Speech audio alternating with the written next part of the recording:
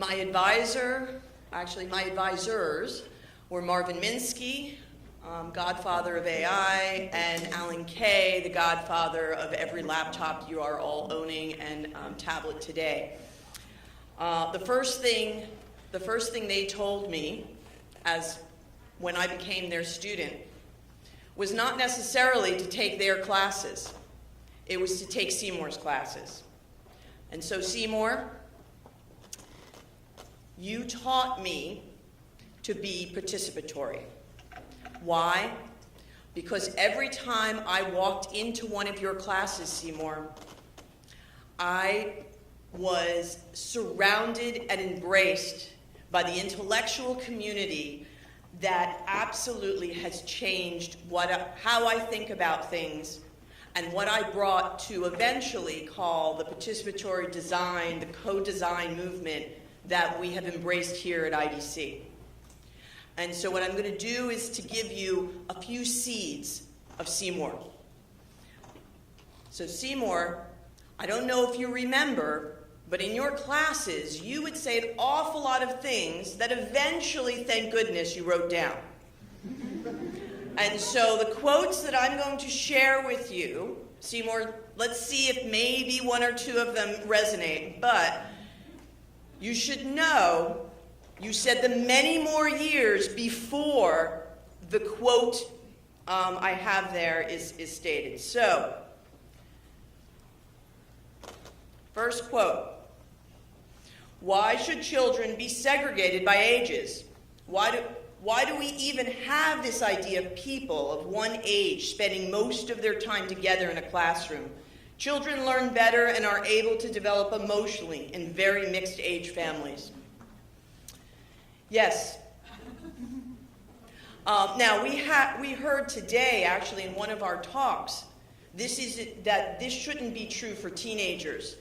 And I actually politely disagree, because I spent so many wonderful years with an intellectual community in those seminars, which ranged from Edith sitting on one side, Edith Ackerman sitting on another piece of the furniture, all of the grad students sitting around from Henneken's school, and then, I was stuffed in there, and then as soon as I was done, I would go meet Cynthia Solomon and Margaret Minsky and the Vivarium folks, and you know what?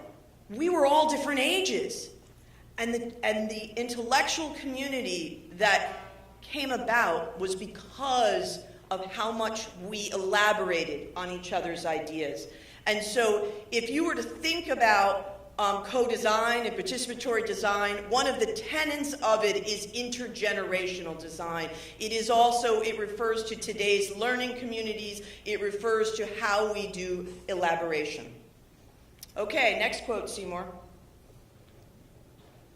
The big shift is social rather than technological. The transformation is in the kids.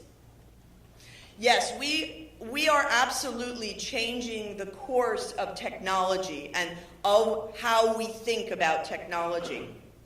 But it is the shift of what's inside of us all that actually really makes the difference. And I would say that one of the things that was instilled in all of us was the approach of, let's take away the notion of consuming information and bring it to creating information and creating ideas.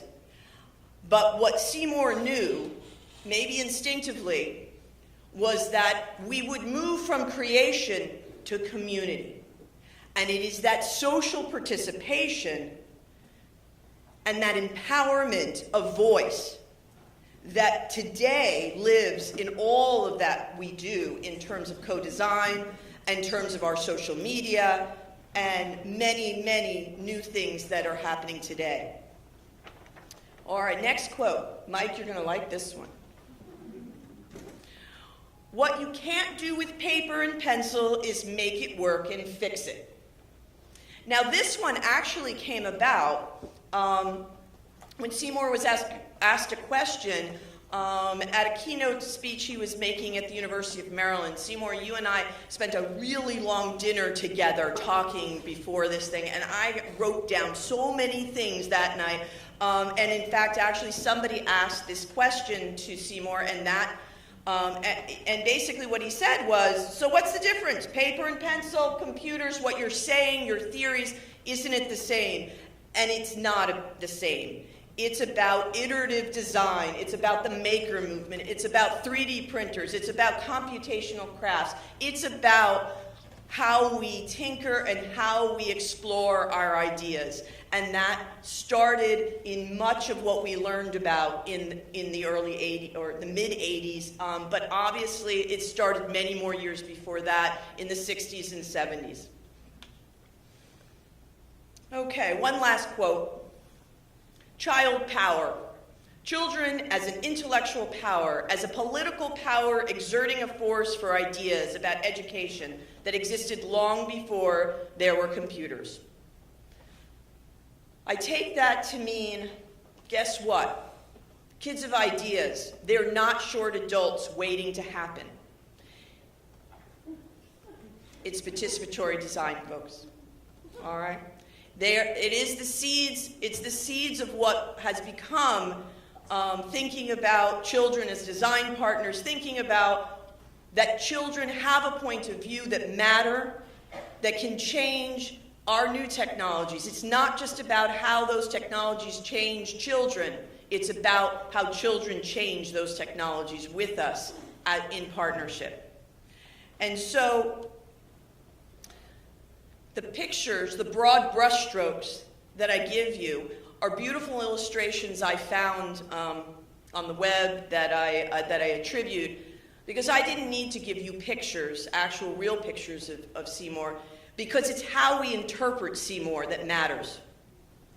Okay, yes, Seymour, it's also who you are, and we love you too, okay? But it's all of the things, the broad brushstrokes of Seymour, the intergenerational design, social participation, iterative design, participatory design, that today make up what IDC, what interaction design in children are. And Seymour, we thank you. I thank you.